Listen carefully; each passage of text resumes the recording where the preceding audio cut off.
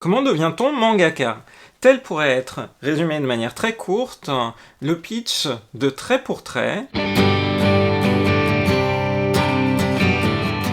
une série autobiographique qui vient de démarrer aux éditions Akata et qui mérite véritablement qu'on s'y arrête, puisque ce n'est pas n'importe qui signe cette œuvre, c'est l'autrice Akiko Higashimura, vraiment une autrice qui compte dans le domaine du shoujo manga et plus globalement du manga au Japon.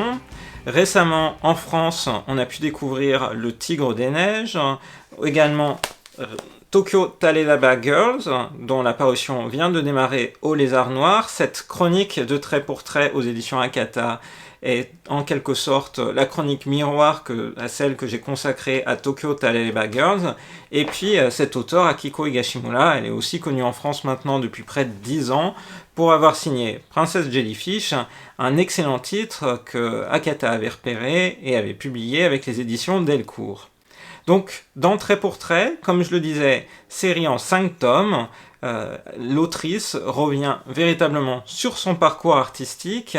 à travers l'expérience singulière qu'elle a faite quand elle était adolescente. Elle rêvait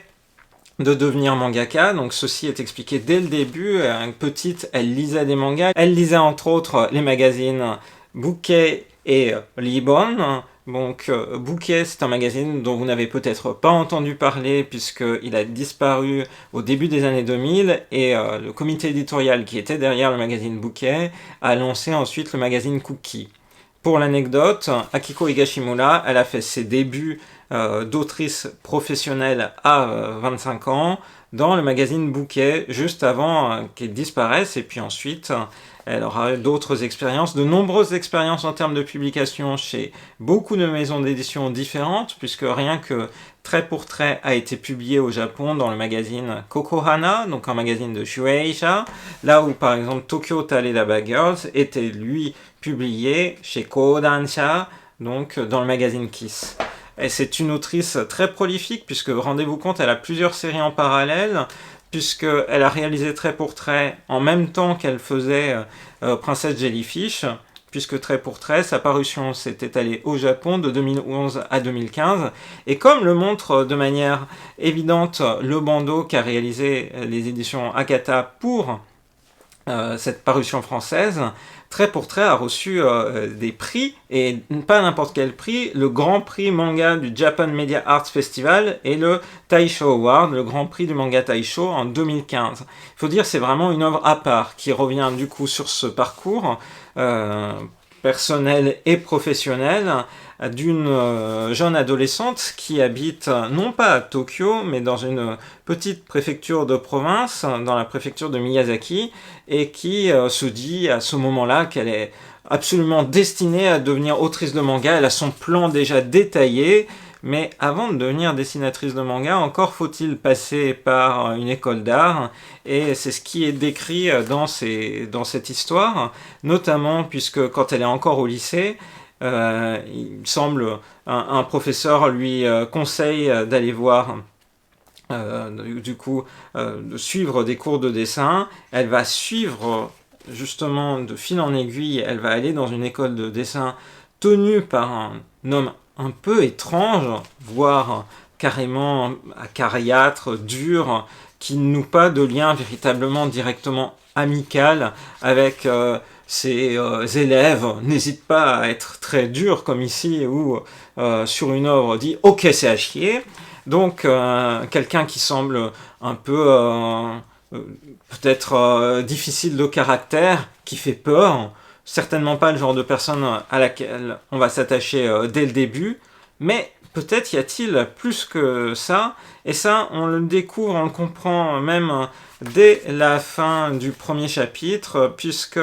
la mangaka, du coup, Akiko Higashimura, conclut en disant que même une fois étudiante en fac, même une fois adulte, même une fois mangaka, j'ai continué à venir ici encore et encore, et j'ai passé un temps considérable avec mon professeur Kenzo Hidaka.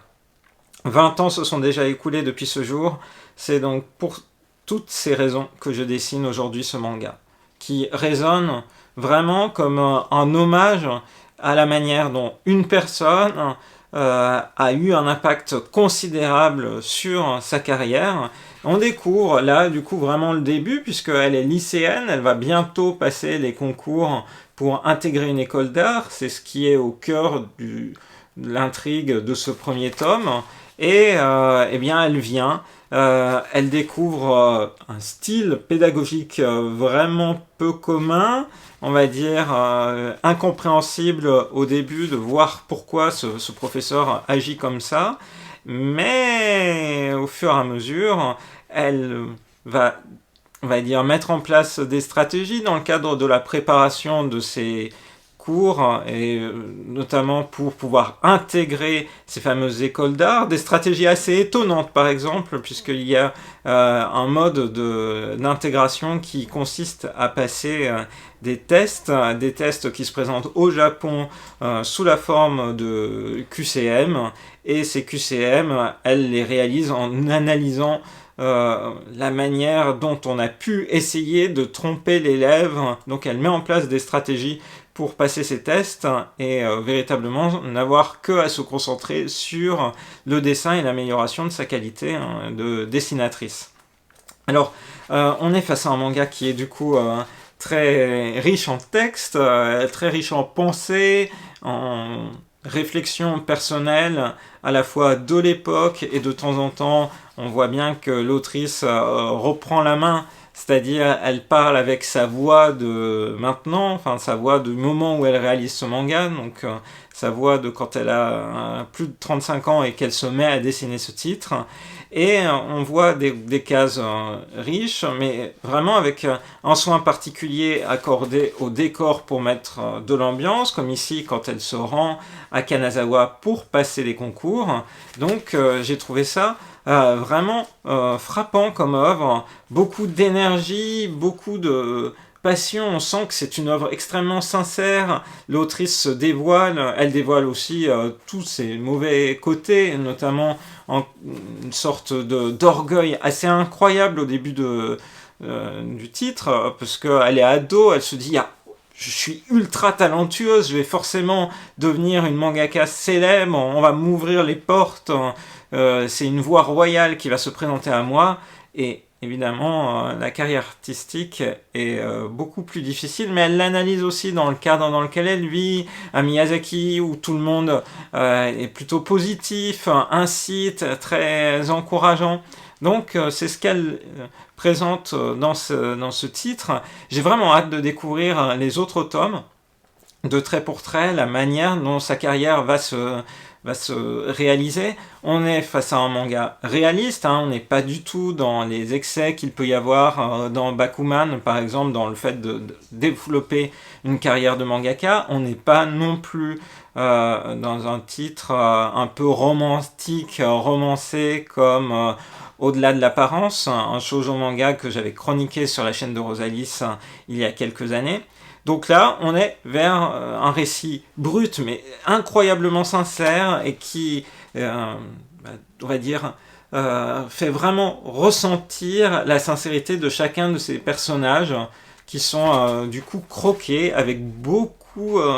de pertinence. Et vraiment, si vous vous posez la question, tiens, c'est quoi le parcours, comment on devient mangaka,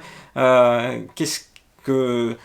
quelqu'un qui vit au Japon peut avoir à traverser avant d'arriver à publier et être une autrice ultra connue qui fait des best-sellers adaptés en film, adaptés en drama, adaptés en animé, eh bien il faut vraiment lire trait pour trait. Excellent choix des éditions Akata qui poursuivent du coup leur travail avec cette autrice qu'ils avaient